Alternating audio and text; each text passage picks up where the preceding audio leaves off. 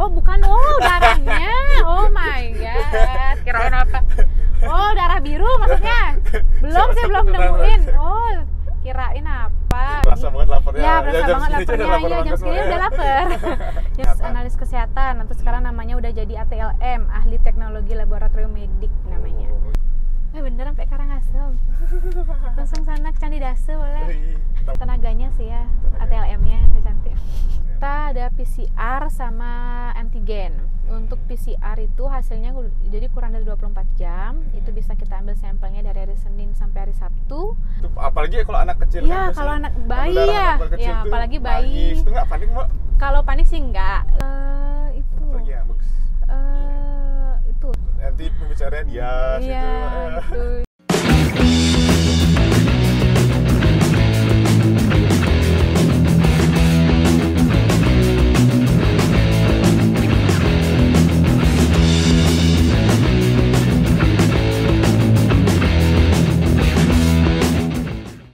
Halo Sobat GBM, apa kabar semuanya? Semoga dalam keadaan baik dan sehat tentunya ya.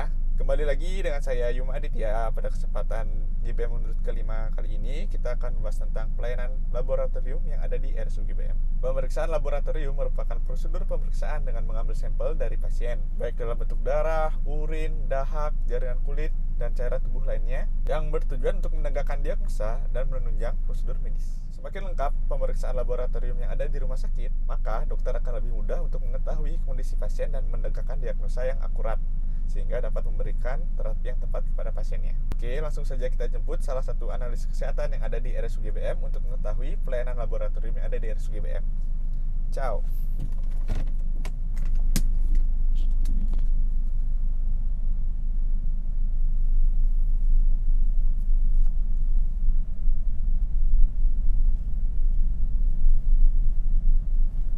Pakai seatbeltnya, Mbak ya?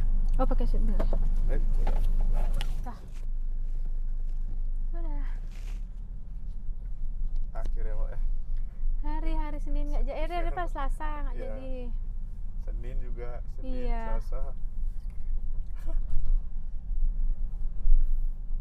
Ini sampai kayak gini kan Mim ya, Karangasem ya? Iya. Ini kan biar agak aja. Sih. Oh, boleh deh. Sekalian. Nanti, Mbak. Ayo, Mbak Win, silakan perkenalkan dirinya. Oke, perkenalkan saya Niputu Wina Wulandari, bertugas di bagian unit laboratorium RSU Grabakti Medika. Ya, nama Instagramnya, Mbak, kalau ada? Nama Instagramnya @winda Wulandari, pakai Y, Winda Wulandari. Tapi ini udah mama muda ya, sahabat GBM? Udah. Saya udah. Udah jadi Punya mama anak. muda. Narasumber kita mama muda hari ini. Ya, Mbak, nih kita nih di episode Iya. ke-5 GBM Menurut ini kita mau bahas tentang layanan laboratorium yang ada di RSU GBM nih. Apa aja sih pemeriksaan laboratorium yang ada di RSU GBM? Oke, untuk pemeriksaan laboratorium yang dari RSU GBM, kita kan laboratorium patologi klinik.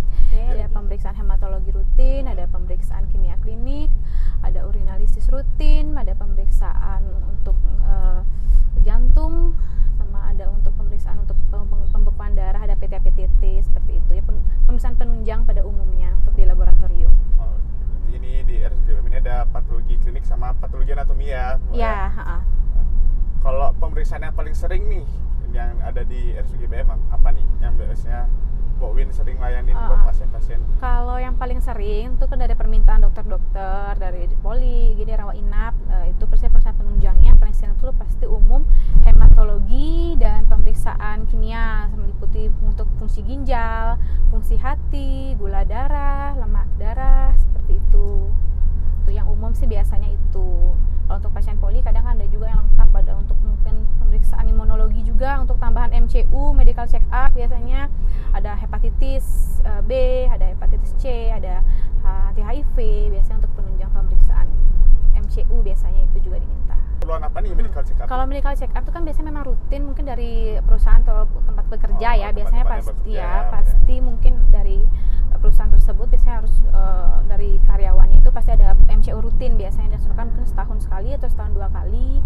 Biasanya pemeriksaan rutin yang dilakukan MCU itu meliputi untuk pemeriksaan hematologi darah, untuk kimia kliniknya fungsi ginjal, fungsi hati, lemak darah, glukosa darah, seperti tadi imunologinya untuk hepatitis B, hepatitis C, HIV, urinalisis, biasanya sih itu sih yang sering diminta untuk pasien di RSUD GBM untuk melakukan medical check up. Lengkap, sudah lengkap Iya. sekali ya Mbak ya layanan laboratorium yang di RSUD GBM ini. Bahasa apa lagi Mbak ya? Ya, itu. Apa lagi yang bagus? Itu syarat-syarat yang itu kalau mau persiapan. Kalau persiapannya, kalau untuk pemeriksaan darah itu ada beberapa pemeriksaan yang harus dilakukan puasa 8-12 jam. Misal ada pemeriksaan glukosa darah, ada untuk pemeriksaan lemak darah, itu untuk kolesterol dan trigliseridanya itu harus puasa. Jadi ada beberapa parameter pemeriksaan yang memang sebelum pasien melakukan pengambilan darah itu harus puasa terlebih dahulu, hanya boleh minum air putih saja. Jadi pasien diminta untuk puasa. Berarti kalau misalnya ambil sampelnya besok, sekarang udah dikasih tahu nih? Ya, biasanya kita selalu menyarankan pasien untuk puasa itu di startnya di malam hari, jadi nggak kerasa kalau dibawa tidur kayak gitu. Jadi kasihan kalau pasien ini harus puasa dari pagi baru namanya siang tuh kasihan kan. Berasa banget laparnya. Ya, berasa banget laparnya. Iya, jam segini udah lapar. Jam segini udah lapar gitu. Jadi kan apalagi orang Indonesia kita nggak mungkin nggak sarapan kan gitu ya biasanya. Nasi nggak lagi kuat, berat. Sarapannya nasi gitu. Soalnya. Jadi pasti kita mintanya dari malam hari aja gitu. Jadi besokan paginya bisa diambil darah, setelah ambil darah bisa untuk sarapan pasiennya. Iya. Tantangannya apa aja sih Mbak? Jadi berarti analis Mbak? Iya, analis kesehatan. Atau sekarang namanya udah jadi ATLM, Ahli Teknologi Laboratorium Medik namanya. Tantangannya ya apa ya? Karena kan kita sebagai penunjang ya, otomatis hasil pemeriksaan kita itu memang harus hasilnya harus akurat, harus presisi akurasinya harus tepat, karena kan itu sebagai salah satu penunjang diagnosis pasien. Jadi ya walaupun memang sebagian pemeriksaan penunjang itu kan dikerjakan di alat gitu ya, tapi sebelum hasil itu keluar pasti harus ada namanya verifikasi dan validasi. Jadi ketika hasil keluar hasil keluar itu sudah melalui verifikasi dan validasi dari teman-teman ATLM seperti itu. Untuk yang ngambil sampel sama yang nganalisis itu sama orang yang sama. Jadi kita di lab itu sama ya. Jadi di Perstif itu jadi kita ya rolling aja. Kadang pas ada pasien ini ada yang ambil darah, ada yang nanti standby di lab untuk mengerjakan sampelnya sambil penginputan data gitu. Jadi nggak hanya standby di satu stasiun aja untuk plebotomi aja enggak. Jadi harus bisa plebotomi juga, harus bisa mengerjakan sampel, harus bisa validasi dan verifikasi hasil juga. Tentunya Mbak sama teman-teman di lab juga udah ikut pelatihan Mbak ya? Iya, udah dong, tentunya ada sertifikat plebotomi dan lainnya. Kalau yang berhubungan dengan pasien itu kan pas ngambil sampelnya nih Mbak? Iya. Kok itu tuh gimana sih rasanya ngambil sampel ke pasien itu? Apalagi kalau anak kecil kan? Iya, kalau anak bayi ya. Iya, apalagi bayi. Itu nggak panik Mbak? Kalau panik sih enggak, lebih ke khawatir ketika nggak berhasil ngambil darahnya. Apalagi kalau baby kan emang agak susah, apalagi yang ditemani orang tua yang baru ya pasti kan nggak khawatir ketika anaknya diambil darah seperti itu. Jadi ya pasti sebelum tindakan kita kasih penjelasan dulu ke keluarga pasien bahwa kan memang ada pengambilan darah dan mungkin kan memang kondisi bayi kan memang lebih agak susah, venanya lebih kecil. Jadi kami kan tak berusaha akan melakukan pengambilan itu kan sekali suntik langsung dapat gitu. Tapi syukur-syukur sih selalu dapat ya sekali suntik. Tapi mungkin ada terkadang kan memang tergantung kondisi pasien juga, klinis pasien juga. Tapi selama ini kan kooperatif, yang penting kita sudah menjelaskan dulu ke keluarga pasien, bahwa kita akan melakukan tindakan seperti ini gitu. Jadi pasiennya nggak kaget. Ngambil sampel apa yang paling susah Mbak? Kalau ngambil sampelnya sebenarnya sih sama aja, lebih ke pasiennya. Lebih ke pasien. Ya, tergantung pasiennya sebenarnya. Kalau sampelnya kan itu aja untuk pemeriksaan DLK, untuk pemeriksaan kimia gitu, untuk pemeriksaan yang lain. Tapi pada saat pengambilannya aja di lab mungkin ya kondisi pasiennya, apalagi kalau misalnya pasien yang kondisinya dengan dirawat inap dengan tangan kiri, tangan kanan itu infus keduanya kan susah nih di mana ngambilnya. Jadi kita harus ngambil ya di kaki. Ya kita harus berusaha lah menyesuaikan dengan kondisi pasien biar kita bisa mendapatkan sampel yang dibutuhkan untuk pemeriksaan laboratorium. Itu aja sih tantangannya pada saat itu aja sih untuk mendapatkan sampelnya itu ketika tergantung kondisi pasien. Mana lebih susah, ngambil sampel atau analisnya? Ngolah sampelnya. Kalau ngolah sampelnya sebenarnya nggak susah ya, karena kan kita ada alat ya, ada alatnya gitu. Cuman kita kan cuma preparasi sampelnya aja, kayak centrifuge sampel, kemudian memisahkan serumnya, kemudian baru dimasukkan ke alat. Yang lebih harus diperhatikan memang di pre-analitiknya sih ya, pre-analitik, gimana kita identifikasi pasien, gimana kita pada saat pengambilannya, plebotominya, itu sih yang lebih riskan tuh memang pasti di pre-analitik. Di pre-analitik, iya, pre-analitik dan nanti di post-analitiknya juga hasil yang kita keluarkan itu memang sudah akurat, sudah sesuai seperti itu. Pas angkatannya pertama kali tamat itu masih analis kesehatan namanya, tapi pas beberapa tahun terakhir itu angkatannya mulai dari Ayu itu udah ATLM namanya, ahli teknologi laboratorium medik. Tuh udah berubah namanya ATLM gitu. Dulu analis kesehatan, tapi masih biasa nyebutnya analis sih, sama aja sih sebenarnya, cuman dari penyebutannya aja sudah gini beda nama. Berarti itu kuliahnya ngambil jurusan ATLM? Iya, dulu analis kesehatan, AMD angka tamatannya. Itu kuliahnya berapa lama sih, Mbak? Kuliahnya cuma 3 tahun, diploma 3. Itu kuliahnya dari tahun 2012, tamatnya di 2015. Terus itu baru langsung lanjut kerja. Itu lebih banyak kan praktek sih, Mbak? Iya, balance dia antara teori sama praktek. Jadi kelasnya itu ada paginya teori, sorenya itu langsung praktek gitu. Ada praktek langsung pengambilan darah, praktek pengerjaan sampelnya, pemeriksaannya. Gitu. Jadi pada saat kita udah kerja di dunia kerja secara langsung, jadi nggak kaget gitu, karena hampir sudah terbiasa. Cuman hanya untuk melatih untuk plebotomi aja, karena kan pasiennya lebih beraneka macam ya gitu, kondisi pasiennya di rumah sakit ya, apalagi ya. Jadi beda kalau waktu di sama kita praktek tuh, waktu pas panisi kuliah kan ada ngambil darah sesama teman nih kan, kita nyoba plebo ya, dapat kita ngambil sampel sama teman gitu ya pada saat awal kuliah kan. Setelah itu pas nanti ada PKL baru kita dilepas di rumah sakit gitu, atau baru kita dilepas. Jadi untuk pas praktek intern di lab di kampus itu kita darahnya dari teman, jadi kita nyuntik teman sendiri, langsung penilaian plebotomi, langsung kita ngerjain sampelnya seperti itu. Ada nggak yang baru ditarik darahnya warna biru gitu? Pernah, tapi itu biasanya itu kalau itu hematum itu misalnya karena mungkin jarumnya juga kondisi venanya kecil, tapi mungkin jadi agak susah masuk, nggak langsung masuk darahnya kan. Karena bukan pas ditarik darahnya warna biru. Oh bukan, darahnya, oh my god, kirain apa? Oh darah biru maksudnya? Belum nemuin. Oh kirain apa? Kirain habis disuntik tuh biru gitu tangannya, karena disuntiknya lah, karena apa gitu. Soalnya ada yang biru-biru itu kadang kan bekas-bekas disuntik tuh ya kan. Biru. Ya kan bekas biru itu kan karena pas dia suntik tuh susah gitu kan, langsung dia hematum kayak gitu. Kalau darah biru belum sih. Belum sama sih warna darahnya gitu. Cuman bedanya tuh ada yang ketel, ada yang enceran, tergantung HB-nya. Kirain apa?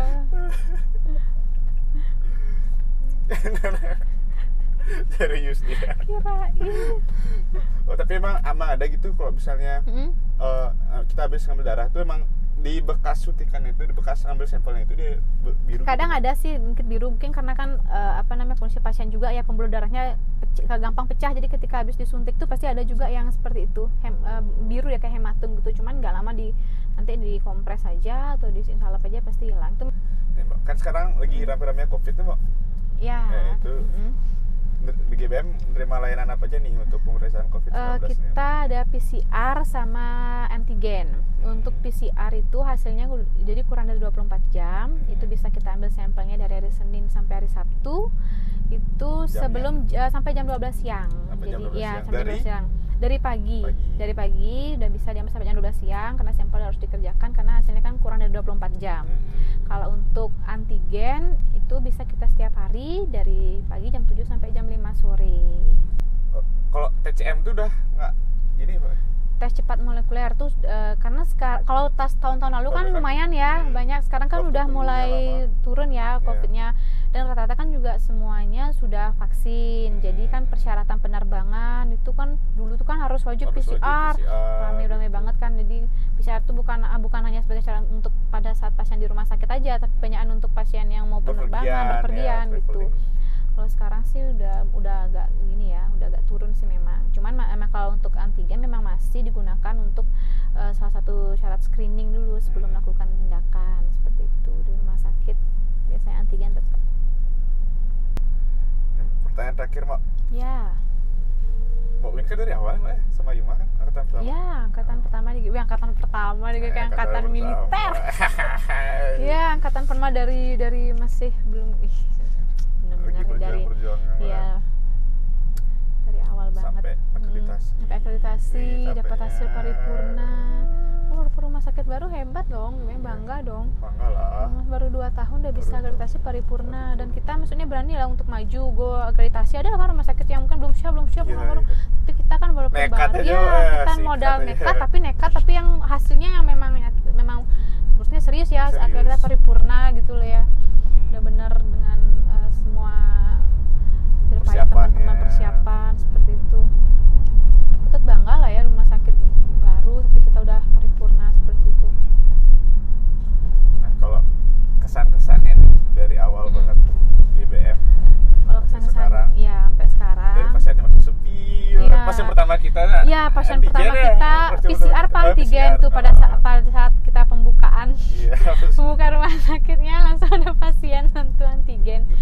Ya itu kan biasa juga kita bertahap pasti ya, kita mesti melalui proses itu. Tapi pasti sekarang kan Rumah Sakit Gerabakti Medika udah semakin dikenal oleh masyarakat luas karena pelayanannya kan, pelayanan juga bagus.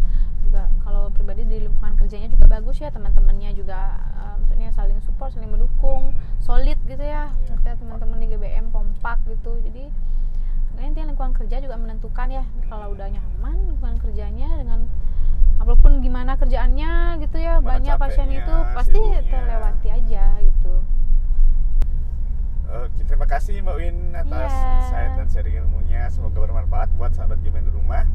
Untuk sahabat GBM yang ingin ke RSUD GBM bisa melakukan reservasi secara online melalui WhatsApp di 082 146 070 187 atau bisa melalui 0366 558 4001. Jangan lupa follow Instagram kami di @gerabaktimedika. Ingat ya sahabat GBM, GRHA, dan Facebook kita di GBM Hospital. Dan jangan lupa untuk subscribe channel YouTube kami di GBM Hospital. Thank you so much for watching. Hope you guys like it and see you on the next video. Bye.